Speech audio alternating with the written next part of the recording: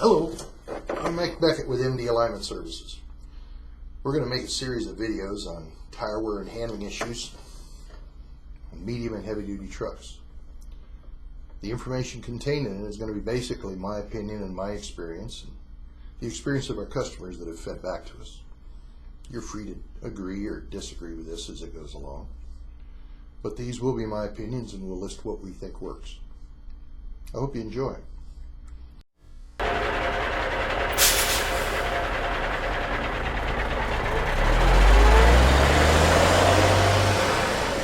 Okay, I've been asked to do a discussion on inflation, what our views on inflation are. The first thing is everybody wants to put the correct air in the tire, but nobody knows what the correct air is. In my view, the correct air for a tire is the air we have in Des Moines, Iowa during the summer. Okay. During the winter, Key West, Florida. Key West, Florida. Okay, no. They're really talking about pressure, PSI. How much pressure should be in the tire? Now, if we look at the sidewall of the tire, right. Now let's skip that. Let's back up. What do you normally find in steer and drive tires for pressure? 100 pounds on the steer and 100 pounds in your drive. And that's the most common traditional inflation we've seen all over the place. Every place I go, put 100 and 100. Okay, that's normal, right? That's normal. Is it correct? Well, let's discuss what is correct. What's correct? If we look at the sidewall of that steer tire, it will say on a 295/75 R22.5 load range G tire. That's a lot of description, but that's a fairly standard highway tire. It says on the sidewall, max load 6,175 pounds at 110 PSI cold. Right. Okay. Now the question I always ask everybody is the 110 that's listed after that, is that the maximum pressure that's allowed in the tire? Or is that the minimum pressure you should have for the load? Well, I'm pretty sure it's the maximum pressure. And that's what I typically get out of everybody. It's the max pressure. In fact, it's the minimum pressure. The minimum pressure. To carry that load. Okay. Where did they get the idea that that was the max pressure? You mean the 110? Correct. In the car market, if you look at a sidewall, it will say max load and max inflation. Okay. But the truck tires aren't the same. Yeah, at the end of it, it says this tire carries 35 pounds max pressure. Correct. And okay, but that's a car tire. It's a car tire. Not a truck tire. No, we're talking about truck tires. Say max pressure. They do not. They say max load at this inflation. At this inflation. Okay? Well, then they're making some assumptions. We all make assumptions every day, but okay. That's true. All right, now let's look at what the tire is doing. Okay. If you get a tire inflation chart, and one should be appearing over us pretty soon here, and all over us. All over us, hiding the face. It's a good thing. And you go to a 295/75 R22.5 tire, it will show a line across for single tire, and it'll show another line across for duals. Now let's talk about what weight is being carried on a standard highway truck tire. Okay. If you look at the two steer tires on a standard highway tractor, fully loaded, how much weight are they carrying? Around 6. Correct. Generally, with the setback front axles, we're finding they're creeping up to 6.2 and 6.5, so they're pushing a little bit. But about 6,000 pounds. Yep. If you look at the drive tires, the drive tires in a pair of drive axles are carrying 34,000 pounds. Right. The trailer tires in a pair of trailer tires are typically carrying 34,000 pounds. Okay. So you had 34 and 34 and 12, and you get 80,000 pounds, and that's a full loaded truck. There are two drive axles under the truck. So each axle is carrying 17,000 pounds. There are 4 tires on the axle. Okay. 4 into 17,000 pounds means each tire is carrying about 4,250 pounds of load. Right. My math is pretty good. I think that's right. If you look at that tire inflation chart and you go to the dual line and you find 4,250 pounds of load and go up and find out what the minimum cold inflation is, right, you'll find it's 65 pounds. 65 pounds in a drive or trailer tire. Correct. Is correct pressure for that load at a certain speed. Well, we haven't gotten into that yet. Okay. Let's leave that alone. Okay. Now, most charts that I find don't go to 4,250; they go to 4,500. Okay. And they'll tell you 70 pounds. 70 pounds. So it's somewhere below that. So you'd have to extrapolate down another 5 pounds to get to that load. Or just quit. Let's say it's supposed to be 70. Still, point is, it's well below 100. Correct. Now, anybody who's been in the business and dealt with tire inflations on trucks and trailers, any amount of time, you can ask them, what do you think would happen to your driving trailer tires if you ran 70 pounds of air in them? Don't even have to think about it. They'd go to pieces. Yeah. They wouldn't last. We know from experience, 40 years of experience, that those driving trailer tires are better off overinflated by a factor of 40 or 50%. Yeah. Okay. Now let's look at the steer tire. Okay. The steer tires are each carrying about 6,000 pounds. We've already determined that. And if you look at that inflation chart on a single tire, you'll see that that load range G tire, inflated to 110 psi, can carry 6,000 pounds of load. But that's not the maximum pressure, it's the minimum to carry the load, just like the 70 pounds was the minimum for the driving trailer tires. Okay. Okay? Okay. All right. I'm picking up what you're putting down. What happens to a tire when you run it underinflated or overinflated? What? Okay. Are you asking me? Yeah. Okay. Well, if it's underinflated, you start wearing out the middle of the tire, and usually in a patchy way. Well, that's a low rolling resistance tire. Okay. If we look at a conventional tire, Okay. we tend to expect them to wear in the shoulders. Right on the shoulders. Okay. If they're overinflated, we expect them to wear in the middle Okay. because they're ballooning the tire out and it'll wear in the middle. Carrying more weight right there. Correct. Now, my question to you is, on the driving trailer tires that you've seen that are running at 100 psi instead of 70, Don't see that wear at all. they don't, which means it's a wives' tale. They were just fine. They were fine. They were flat. They were square. They were beautiful. Okay. Okay? If you underinflate a tire with a normal, regular tire, we expect to see shoulder wear because the weight comes down through the shoulder of the tire. And unless there's enough inflation to keep everything flat on the ground, you're going to carry more weight on the shoulders and they're going to wear faster. Right. So if you're running tires at 100 psi, which is 10% underinflated, Right. you can expect to see shoulder wear. And we do frequently see it. With it. Yes. Okay? You've got the same tire, basic casing, a 295/75 load range G tire, on the steer, and you wear out the tread and you eventually put it on the rear. So it's really the same tire, right? Right. But the steer tire individually is carrying 50% more weight than an individual rear tire is. That's right. Rear's carrying about 4,000, steer's carrying about 6,000. But we're running the same inflation in both of them. Right. How can that be correct? Honestly, it's not correct. It can't be correct, and it's not incorrect according to the inflation tables. But it's a convenient way to inflate tires. Right. Right. When we run that way, we tend to have more irregular wear in the steer tires than we do in the rears. Okay. Yeah. Now, why, if you've got an underinflation problem in the steer and an overinflation problem in the drive, how can you have more problems in the steer than the drive? Because underinflation is a bigger problem than overinflation. Okay, you're going to have to explain it. We've got another graph. If you run a tire 20% overinflated, Okay. it will cost you about 8% of the tire's life. Okay. If you run a tire 20% underinflated, it'll cost you 20% of the tire's life. Okay. That's the problem. The problem is overinflation doesn't cost you as much as underinflation. Exactly. Now, if you could get them perfect and keep them perfect, I'd buy that. Okay. But it doesn't happen. And it is a dance, isn't it? Trying to find exactly the right pressure for that tire, for that load, for that speed, for that. Yes. Yes. Now, let's talk about cold inflation, because that's what it says on the side of the tire. That's Cold. What is cold? Ambient temperature. Normal room temperature. Room temperature. Okay? Okay. Now, is it room temperature in northern Minnesota in December, or is it room temperature in Phoenix in July? Well, if you're operating in a cold environment, it's the temperature outside. The temperature outside. Correct. Whatever the temperature. That is the ambient temperature.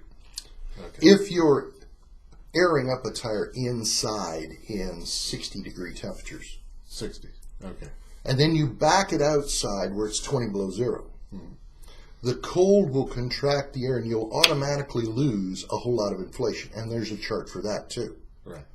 So if you're airing up inside in a controlled temperature and then backing out in the cold, you're supposed to make an adjustment for that difference. You make an adjustment. Okay. Okay, but let's look at the other direction. Tires gain heat because of operation. That's supposed to be true. Yep. It is true. And the heat is gained in the flex of the sidewall. It's not the friction on the road on the tire. It's the sidewall flex. That motor. It's like bending a coat hanger and then grabbing it, it'll get hot. Okay. Okay? I know that. Yep. We control how much bend and how much heat through 4 factors. 1, how much load you got on it? 6,000 pounds. Right. 2, what's the inflation? 110. That tells me how stiff the sidewall will be. So that's what the inflation is doing, is stiffening the sidewall. To reduce the flex. The inflation isn't simply adding pressure, it is specifically stiffening the sidewall. Correct. Okay? Number 3, what's the speed you're driving at? And commercial highway truck tires are normally rated for speed for temperature at 70 miles an hour. Okay. That tells me how many times per minute that sidewall will flex and how much heat it'll build. Okay. The 4th factor is the outside temperature, and the standard temperature for this heat generation factor is 60 degrees Fahrenheit. So if you combine 6,000 pounds of load, 110 psi, 70 miles an hour, 60 degrees outside temperature, we expect the tire to gain 15% inflation. Okay. 15% over 110 being 125, 128. Yeah. That would be what we would expect the tire to have in pressure when it's hot. When it's hot, we have 125 to 120. Okay. And how long does it take to cool down? 2 hours Okay. in the shade. In the shade. Okay. If you're in Arizona in the summer, the sunny side tires aren't going to cool as fast. Or at all, Maybe. perhaps. Okay, so we'll deal with this basic fact. What happens if we change a variable? What if we don't drive at 70 miles an hour? Okay. Now you're going to change the heat generation. True. So if you drive faster than 70 miles an hour, you're going to generate more heat. Your tire's going to overinflate. Okay. So what do you think we should do to the inflation, knowing we're going to drive fast? Well, you should lower the pressure. If we lower the pressure, we increase the flex and we increase the heat buildup. It will increase Temperature. overall temperature and overall inflation because you decrease the cold inflation. And when you overheat the tire, it starts coming apart like chicken off a bone. Yeah, we don't want to do that either. So according to the chart, and it should be showing up shortly, you should add pressure and decrease the load on the tire. You have to do both. If you're going to drive faster. Correct. If you're going to drive faster, add pressure, decrease load. And how many people that are driving 75, 80 miles an hour have added pressure to the tire and taken 12% of the load off? Not a one. So now they're underinflated and overloaded, and they wonder why they got a tire wear problem. Right. And they're lucky. They just got a tire wear problem. Let's go the other direction. Okay. What if you're driving slow? Driving slower. Then you should also decrease pressure. No, you add air. Because you won't get hot enough to get to the correct operating pressure. Okay. Wait a minute. You're going to get too hot, you're not going to get hot enough, and in both cases you add air? Correct. The other interesting thing is if you go slow enough, you not only add air, but you can carry more load. Well, that's good. Because the max load listed on the tire is at an assumed 70 miles an hour, not 30 miles an hour. You drive something at 30 miles an hour, you can carry 60% more load on that tire. Okay. Okay? So it's not even the max load, is it? No, really. Okay, so it's not the max load for the tire. No. Because of the speed. It's the max load at that expected speed. With that expected inflation. Okay, now let's go another direction. What if we change temperatures? Instead of driving in a 60-degree temperature and the cold air going by the tire is taking heat off, Cool air. It's not cold. it's cool. All right. Now we're driving in 100-degree temperatures. 100. What's going to happen to the pressure in the tire when it gets hot? The tire pressure is going to go up. Correct. And it's going to overinflate the tire. Okay. So what do you think the tire manufacturers recommend you do when you're operating in a hot environment? Add air, take air out. Well, based on our speed discussion, I'm going to say take air out. Nope. because that increases the flex in the sidewall, which increases the temperature, which starts deteriorating the tire. No, they want you to add air. Add air if it's hot out. 5 pounds for every 20 degrees of temperature rise over the 60. 5 for every 20. So if it's 80 degrees out, you add 5. If it's a normal 80-degree day, which it was a lot this year, then you add 5 pounds. So your normal pressure is now 115. 115 normal pressure. If it's 100, your normal pressure is 120. Right. Now, what's the limit on how much air you can put in this steer tire? We know the drive and trailer tires have been run 50% overinflated. Do we want to go 50% over in a steer tire? Well, the only number I saw was 110. 110 on the tire. Right. On the rim, for a load range G tire, they're only rated for 120 cold. That's the maximum cold inflation for the rim. Okay, cold. Yes. All right. It'll go higher when it's hot, and they know that. But they don't want you starting out at 130 on that rim. The rim will collapse. Okay. Okay? So the limit is not the tire's ability to put up with pressure. The limit is the rim's ability to put up with pressure. 120. Do you know how much pressure it would take if I just kept the air on there and kept building it up to blow the tire off the rim? No, I do not. 350 psi. Just don't have a pump that goes that. Nobody does, but that would be the limit because they've tested it at the factories. Okay. And a truck, steel, belted, and cabled tire takes 350 pounds to blow it off the rim. Okay. All right? And I'm not asking you to go to 350. Don't. But an extra 5 or 10 pounds will solve a lot of problems. Now, we've said that if you're going to drive in a slow speed, you should add some air. If you're going to drive in a fast speed, you should add some air and take some load off. If you're going to drive in a hot environment, you want to add air. What if you're driving at 0 degrees? What's going to happen to the temperature in your tire? It isn't going to increase as fast. Or at all. Or at all. Depends on how cold it is. Could be. So what do you think they want us to do to the inflation in the tire when it's cold? Add it or take it out? You gotta take air out. No, you got to add it. You gotta add air. Every single time you're gonna add. I have never found a single recommendation from a tire manufacturer to take air out. They always say add air. Add air. Well, what's the result? I mean, well, what's the result of running your driving trailer tires 50% overinflated? no bad tire wear. And you do it in summer and in winter and at low speeds and at high speeds. You run 50% overinflated. All the time. 18 tires on the truck are there. 16 of them are overinflated and 2 of them aren't. Which ones give you more tire wear problems? Well, it's got to be those inside edges of those trailer tires. No, it's the steers. Okay. It's the steers, and we need more air, and that's the first thing. Okay. Now, let me give you one more factor.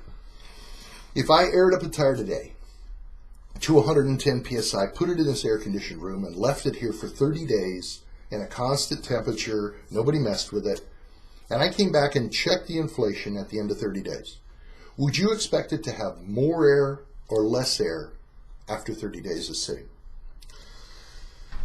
Depends on the phase of the moon. No, it depends on nothing. It'll have less. Okay. Tires leak. They leak air right through the sidewalls because the rubber tire is not a solid. It's porous, and air can percolate out of it. We expect a commercial truck tire to lose between 3 and 5 pounds a month. So if 110 is the minimum inflation that tire is supposed to have, are you better off starting at 110 and leaking down to 105 and then putting it back? Or are you better off starting at 115 and leaking down to 110? Well, I'm going to go with more air. More air. Everything I've said is more air. I'm not going to start with low again. I would prefer to see you starting at 115. We find that is the best average number. Unless I'm running in a real cold environment, then I'll go to 120. Or a real hot environment, then I'll go to 120. And the only limitation is the rim. Right. Now, this discussion was for a load range G tire. If you have a load range H tire that can carry 7,000 pounds, it has a minimum sidewall inflation of 120. You should have a load range G rim to go with it. You can't just upgrade the tire without upgrading the rim. H rim. Load range H rim. Sorry. Yeah, sorry about that. You have to upgrade the rim and the tire at the same time. Right.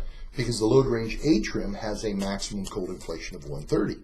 Okay. Now they're compatible. Now you can run that slight over inflation and you get better tire life. Okay. All in all, everything I've seen in all the years I've been in this is that one of the contributing factors to irregular wear in a steer tire is chronic and habitual under inflation. Thank you very much.